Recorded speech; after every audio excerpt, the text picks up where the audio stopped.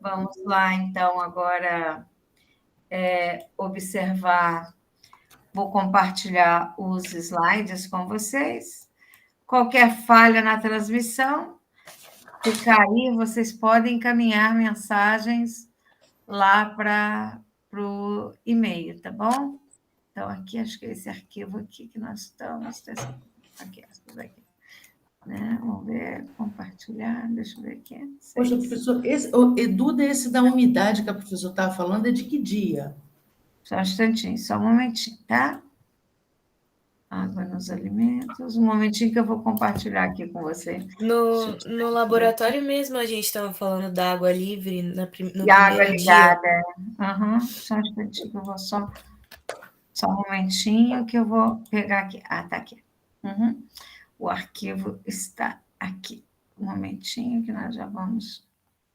Eu vou começar com vocês desde o início. Deixa eu ver parar essa apresentação para começar outra. Só um momentinho aqui. Que eu comecei a compartilhar um arquivo aqui. Ok, só um instantinho.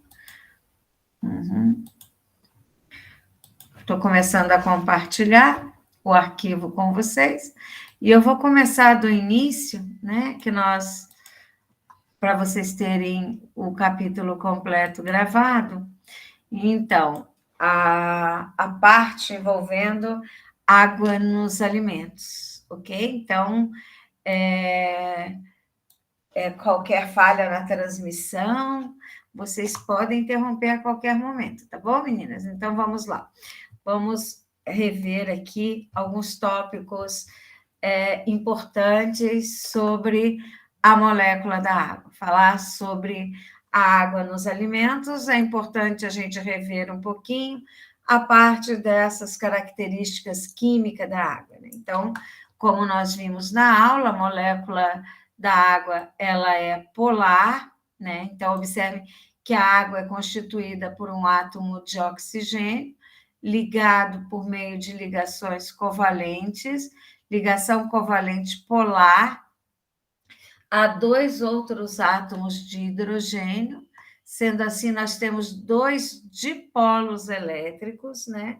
Então, esses 2 dipolos elétricos têm um valor efetivo relativamente elevado, que confere à água elevada constante de elétrica, e justamente com o reduzido volume e que a água ocupa, estas propriedades faz da água o solvente universal que nós conhecemos. Então, confere à água aquelas propriedades que nós sabemos como solvente universal, certo?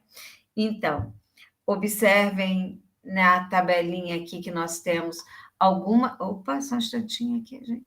Algumas propriedades da água, como nós discutimos anteriormente, o peso molecular da água é relativamente baixo, se comparado com a maioria das moléculas, a sua densidade é relativamente alta, né? Então, tem um ponto de ebulição relativamente alto, comparado com outras moléculas. Esse ponto de ebulição relativamente alto da água se justifica pelas interações intermoleculares que a água estabelece, aquelas interações do tipo pontes de hidrogênio, tá ok? Então, a água apresenta também uma alta constante de elétrica e um alto momento dipolar. Então, todas essas propriedades associadas fazem da água um solvente universal com propriedades únicas, né? Então, esse pequeno volume que a molécula da água apresenta permite com que a molécula de água possa penetrar no interior de grandes macromoléculas de hidrocoloides e interage com essas moléculas, solvatando os íons e esse momento dipolar também permite a sua participação em ligações interações intermoleculares, tipo dipolo, íon dipolo, né? Então, essa alta constante dielétrica é um fator muito importante na solvatação, né, na dissolução, nessa propriedade solvente universal e também na separação dos íons. Citamos para vocês, né, essa propriedade que a água tem de estabelecer pontes de hidrogênio. Inclusive, falei para vocês que as moléculas que estabelecem pontes de hidrogênio devem apresentar um átomo de hidrogênio ligados a outro átomo de alta eletronegatividade, tipo flúor, oxigênio ou nitrogênio. Então, a condição para que uma molécula estabeleça ponte de hidrogênio é que primeiro tem que apresentar um átomo de hidrogênio, né?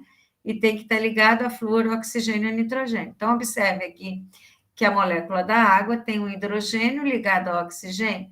Então, isso faz com que, com esse dipolo elétrico relativamente alto, ela venha a atrair eletrostaticamente outras moléculas, inclusive a da água, né? Então, essas interações intermoleculares que são responsáveis pela coesão existente nos estados sólido e líquido, né? Tá ok? Então, o ponto de ebulição relativamente alto que a molécula da água apresenta se deve a essas interações, tá ok? Porque quando você fornece calor para evaporar a água líquida, você tem que vencer essas ligações primeiro, tá ok? Então, vocês vão observar, se eu tivesse uma água salgada, a interação íon-dipolo ainda seria uma interação mais forte do que as pontes de hidrogênio, né? Porque seria uma interação entre o íon sódio e o dipolo da água. Então, nesse caso, teríamos que fornecer uma quantidade de energia maior ainda para separar essas interações. Essas interações intermoleculares que ocorrem entre as moléculas, né? Porque além das ligações covalentes, as moléculas elas são capazes também de atrair outras moléculas. Essas interações intermoleculares elas são conhecidas também como ligações ou forças de Van der Waals, né? Porque foi ele que primeiro observou e descreveu essas ligações eletrostáticas, tá ok? Que tem um nível energético relativamente baixo quando comparadas com as ligações covalentes, tá ok? Por exemplo, uma ligação covalente, você só consegue hidrolisar com ácidos e bases, ou ferventes, ou enzimas. E essas interações intermoleculares, alterações do meio, entre pH, soluções salinas, calor, quebra essas interações intermoleculares, tá ok? E essas forças de Van der Waals, essas ligações por Van der Waals, elas são responsáveis, então, por propriedades físicas importantes das moléculas, como ponto de ebulição, ponto de fusão, como também enfim, porque elas que vão estabelecer diversas interações intermoleculares, tá ok?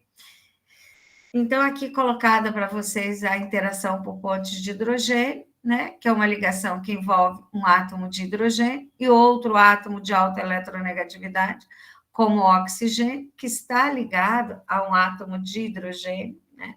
É uma força de Van der Waals, é um tipo de interação de polo-dipolo, ou seja, entre o dipolo de duas moléculas. Observem que cada molécula de água pode se ligar simultaneamente a 4 outras moléculas, porque cada molécula de água tem o que no oxigênio? 2 cargas negativas que podem atrair o hidrogênio de moléculas de água. E os 2 átomos de hidrogênio que podem atrair os átomos de oxigênio de outras moléculas de água. Então, cada molécula de água pode estar ligada a 4 outras. E formando esses agregados que estarão em permanente formação ou ruptura, tá ok? Então, observem, como eu falei para vocês, se eu tenho a água sólida, por exemplo, o gelo, se você fornece energia, o que vai acontecer com a energia fornecida? Você vai vencer o que? As forças de coesão que são responsáveis por manter aquela molécula no estado sólido, fornecer essa energia para afastar essa molécula. Você tem a água líquida, né? A água no estado líquido tem uma certa coesão, né? Fornecendo energia para quê? Vencer a força de atração entre essas moléculas até que estas moléculas estejam bastante afastadas, com raras ligações de hidrogênio, né? Então, no estado de vapor, no estado de gasoso, praticamente todas as moléculas de água estão livres, não se observa praticamente interações intermoleculares. Na água livre, líquida, né, nós temos aí um grande número de ligações de hidrogênio, e no estado sólido, todas as ligações de hidrogênio possíveis estão formadas devido a essa maior coesão entre as moléculas, tá ok? Então, nós vimos que a água, na maioria das vezes, é chamada de solvente universal, né? Então, e poucos solventes dissolvem tantas substâncias, certo? Então, isso não significa que a água é capaz de dissolver toda e qualquer substância, né? A água vai dissolver, então, substâncias polares. Lembra que nós falamos que na química temos uma regrinha que diz que semelhante dissolve semelhante? Então, substâncias polares são solúveis em solventes polares, são conhecidas como hidrofílicas. E substâncias apolares são chamadas hidrofóbicas. Por quê? Não fazem interações com a molécula de água, então não são solúveis em água. No entanto, vocês sabem que nós conseguimos misturar a água com óleo, né? Sendo que para isso nós precisamos de um emulsionante, né? O que é um emulsionante? Aquela substância capaz de formar a emulsão. Então, seria uma substância anfipática, ou também conhecida como anfifílica, ou seja, são substâncias que têm em sua molécula grupo polar e apolar, né? Capazes de fazer interações tanto com a parte polar e apolar, promovendo a homogeneização do sistema, né? Então, a solubilidade de uma substância em água, ela depende de vários fatores, né? Nós sabemos com certeza que a água dissolve uma solução salina, tipo uma solução dissolve, por exemplo, cloreto de sódio, né? Por quê? Por que a água dissolve o cloreto de sódio? Só um instantinho aqui. Porque existe essa interação água-soluto, né? Então, observem aqui no esquema esse cloreto de sódio como agregado, onde essa carga negativa relativa ao cloro e a positiva aqui é relativa ao sódio, né? Então, quando colocada a água, o que a água vai fazer? A água, ela vai formar uma camada de hidratação, ou seja, vai fazer interações do tipo íon dipolo com íon e vai desorganizar essa rede cristalina.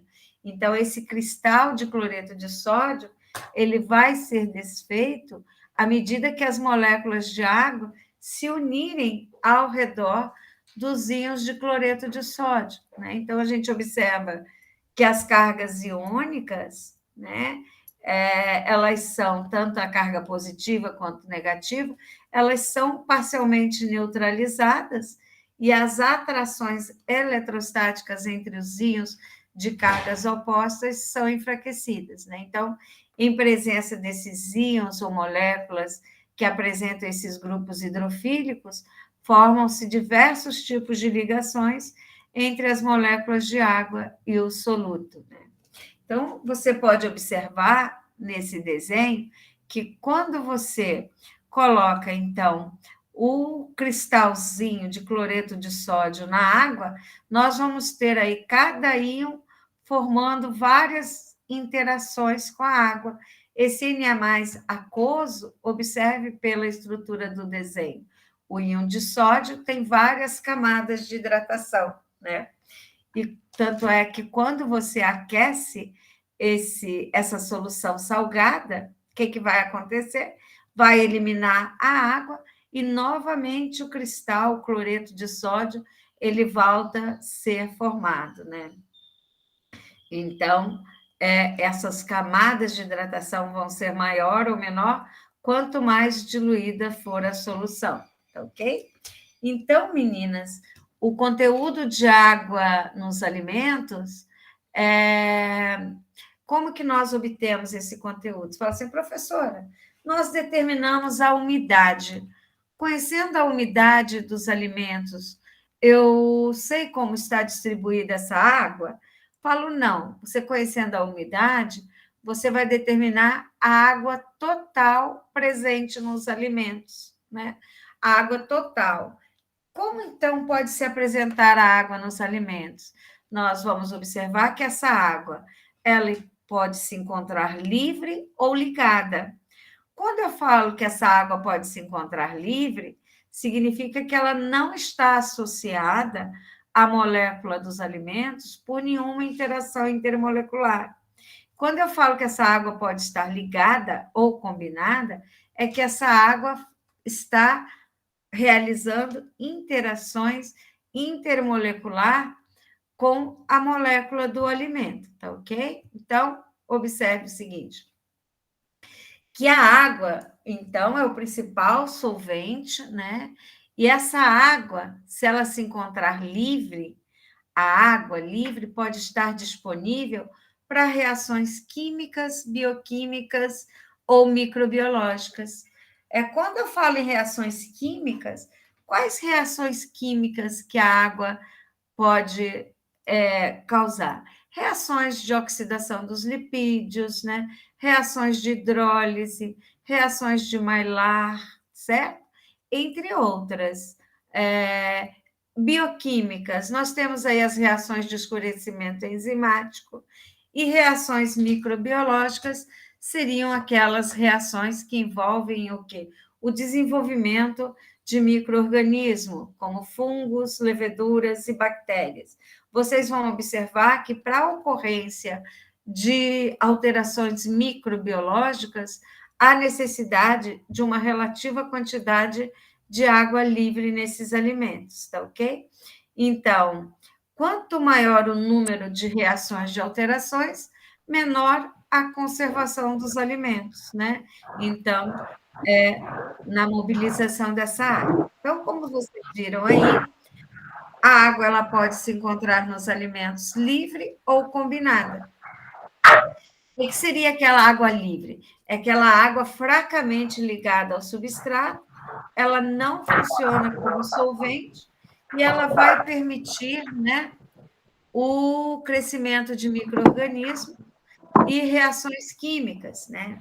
Essa água livre, ela é eliminada com relativa facilidade, ao passo que a água combinada, como nós já falamos anteriormente, ela está ligada ao substrato, ou seja, às moléculas do alimento, ela vai ser mais difícil de ser eliminada, né?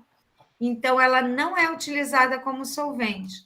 E isso não permite o desenvolvimento de micro-organismos e também não vai permitir reações de alterações outras, tá ok? A água livre também presente no alimento, ela é facilmente congelável. E a água combinada, ela não é congelável, tá ok? Gente, está tendo alguma influência. Peço que desliguem o microfone para diminuir o ruído, por favor. Então, vamos lá. A atividade de água, então, significa a média quantidade de água ligada que nós temos nos alimentos. E quanto à umidade nos alimentos, gente, alguém está com com o microfone com o som ligado. Desliga, por favor, o som. Então, a intensidade das forças que unem, né? Nós temos aqui, então, a água livre, medida como atividade de água, certo? Então, os alimentos, eles podem ser classificados aqueles alimentos de alta umidade, que têm atividade de água acima de 0,85 e umidade em torno de 40%, mais ou menos. Aqueles de umidade intermediária, que têm atividade de água entre 0,6 a 0,85, né? De 20% a 40%, e os alimentos de baixa umidade têm umidade inferior a 20% e atividade de água inferior a 0,6. Não sei se vocês estão lembradas que eu falei para vocês que a atividade de água, que indica a quantidade de água livre, varia o quê? De 0 até 1, né? Nós temos nessa tabelinha a atividade de água de alguns alimentos, né?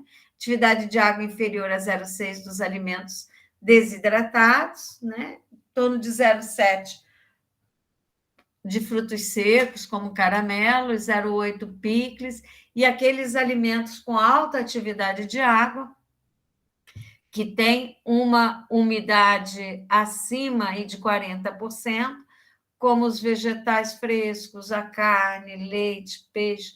Então, por isso que esses alimentos são altamente perecíveis, tá ok? Então, gente, esse conteúdo de água livre, que nós medimos como atividade de água, é muito importante para se prever possíveis reações de alterações, consequentemente, prever o tempo de vida útil, ou seja, o tempo de conservação desses alimentos. Então, se eu conheço a atividade de água, vocês vão observar que eu posso prever as possíveis reações de alterações que esse alimento está sujeito, né? E até mesmo estabelecer qual é o método de conservação mais adequado para esse alimento. Por exemplo, um alimento que tem uma umidade inferior a 20%, inferior a 0,6, não há necessidade, muitas vezes, de colocar conservantes, porque nesse meio de baixa umidade não se observa desenvolvimento de micro-organismo, né? Ok? Aqui eu coloco para vocês também uma expressão matemática para indicar a quantidade de água livre nos alimentos, né? Então, matematicamente ou fisicamente falando da atividade de água, que é a quantidade, esse AW, que é a quantidade de água livre, é igual à pressão parcial de vapor de água na superfície do produto, dividido pela pressão de saturação ou pressão parcial de vapor de água pura na mesma temperatura, certo? Então, é uma expressão matemática que vocês podem observar nos livros também, que vai indicar o teor de água disponível num alimento capaz de reagir, ou seja, aquela quantidade de água disponível para as reações de alterações, certo? Então, revendo que o valor máximo da atividade de água é 1, que é a atividade de água da água pura. Vocês vão observar daqui a pouquinho, quando eu mostrar o gráfico para vocês, que a atividade de água muito próximo de 0 e muito próximo de 1, ou seja, nos dois extremos, que formam ou soluções muito diluídas ou soluções muito concentradas, a probabilidade de reações de alterações são mínimas, tá ok? Porque vamos observar que reações químicas e enzimáticas, elas podem ter sua velocidade diminuída em baixa concentração dos reagentes. Por quê? Por que o meio que apresenta uma atividade de água próximo a 0, ou seja, sem água, a velocidade das reações é muito baixa? Porque o meio está muito imobilizado, né? Para que possa ocorrer uma reação química, há necessidade do encontro dos reagentes. E se a atividade de água está muito baixa, não tem solvente, né? Então, não tem o meio capaz de promover o que? O encontro entre esses reagentes. Então, a probabilidade de reações é muito baixa. Por outro lado, se tem uma atividade de água acima de 0,9, próxima a 1, a velocidade das reações químicas e enzimáticas também passa a ser muito baixa, porque pela baixa concentração desses reagentes presentes, tá ok? E a atividade de água entre 0,4 e 0,8, ela é uma atividade de água considerada ótima para a velocidade das reações químicas e enzimáticas. Por quê? Pelo aumento gradativo aí da concentração dos reagentes. Se a atividade de água for inferior a 0,6, não se observa nenhum crescimento de micro-organismo, como a gente vai observar na tabelinha que eu vou apresentar para vocês. Atividade de água inferior a 0,3, vamos observar que só observamos uma reação de alteração, que é a oxidação dos lipídios, tá ok? Aqui nós temos algumas tabelinhas mostrando para vocês a umidade e aqui do ladinho mostrando a atividade de água de alguns alimentos. Olha, as frutas frescas e vegetais, atividade de água superior a 0,97, aves e pescados frescos, carnes frescas, ovos, né? Então, observem que, no caso do queijo parmesão, das geleias, frutas secas, já apresentam uma atividade de água mais baixa, né? Então, aqueles alimentos mais perecíveis, eles apresentam maior atividade de água. Então, quanto maior a atividade de água, maior a velocidade das reações de alterações, tá ok? Consequentemente, menor durabilidade desses alimentos. Conhecendo a atividade de água, a gente pode observar quais são os micro-organismos que nós podemos ter no meio, né? Então, aqui, até 0,6 seriam as leveduras, né, os fungos, aí temos os micro-organismos presentes. Então, vocês vão observar que para bactérias, elas são os micro-organismos que precisam de maior atividade de água para sobreviver. Então, elas sobrevivem acima de 0,9, leveduras acima de 0,8 e fungos acima de 0,7, né? Vamos ver pelo gráfico. Então, aqui está 0,80, né? Mas a gente, que se desenvolve no meio com menor atividade de água são os fungos, né? Vocês vão encontrar aqui até atividade de água mínima 0,7, leveduras 0,8, bactérias 0,9. E temos aqui as bactérias halófilas. O que seriam essas bactérias halófilas? São aquelas bactérias que sobrevivem mesmo com alta concentração de sal. Halo quer dizer sal, são aquelas que são amigas do sal. E leveduras osmofílicas são aquelas leveduras que também se desenvolvem mesmo em alta concentração de açúcar ou de sal. Estaria ali uma atividade de água mínima de 0,60. Vocês vão observar que, por exemplo, que acima de 0,6, se vocês observarem assim, 0,5, 0,4, 0,3, 0,2, não se observa o quê? Proliferação microbiana, né? Aqui nós temos uma tabela que indica diferentes faixas de atividade de água, qual micro-organismo que se desenvolve no meio e os principais alimentos com atividade de água nessa faixa indicada, né? Depois, por exemplo, aqui a gente vai observar que macarrão e massas similares, que apresentam 12% de umidade, temperos com 10% de umidade, o que não se observa proliferação microbiana, porque os micro-organismos precisam de quê? Precisam de água para sobreviver. Então, meninas, olhem só, esse gráfico ele é muito importante porque nos indica que o tipo de reação, de alteração, depende da atividade de água, né? Então, dependendo da atividade de água, vamos observar ou não essas reações.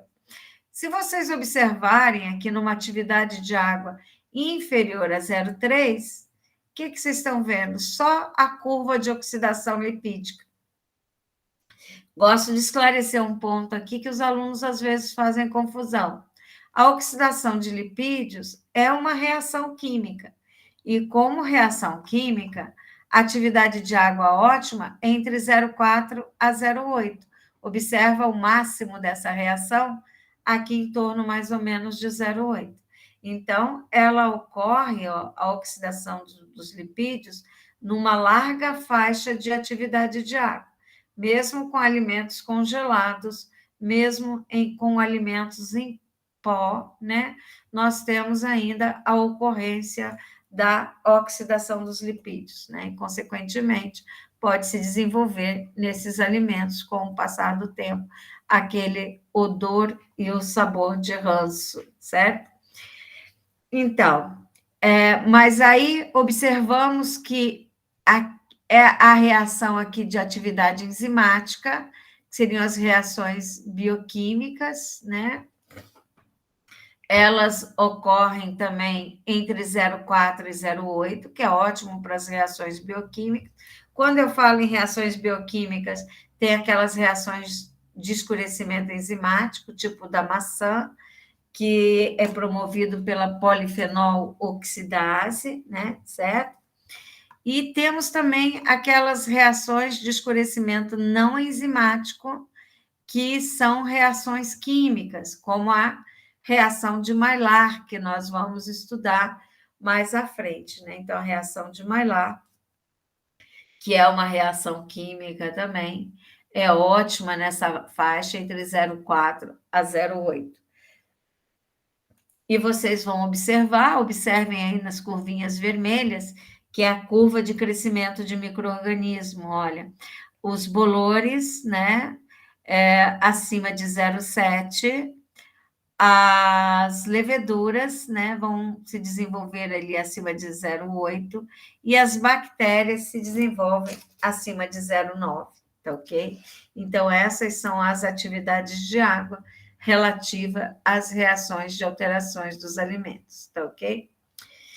E, então, para determinar a atividade de água nos alimentos, se utiliza esse equipamento que vocês estão observando aí, chamado de medidor de atividade de água. Esse aparelhinho é produzido por várias indústrias, né, que utilizam esse aparelho para medida, né? Tem sensores eletrolíticos de umidade, bem sensível, tá ok? Nós não temos lá no nosso laboratório, por isso que nós determinamos apenas a umidade dos alimentos. Então, meninas, com isso nós terminamos hoje as reações, a água, o estudo da água nos alimentos, né? Se vocês tiverem qualquer dúvida, estou à disposição para que vocês possam tirar, tá ok? Entenderam direitinho, meninas? Estou aberta aí a pergunta para vocês, aquilo que vocês têm curiosidade, querem saber, certo? Meninas, dúvidas? Tá tudo bem, prof. Oi? Por enquanto, nenhuma dúvida, eu acho. Tranquila até aí? Ivete também? Tranquila, Ivete? Professora, Claro. eu tive uns acontecimentos recentes na minha vida, eu vou precisar transferir o boliche o dia 22, tudo bem?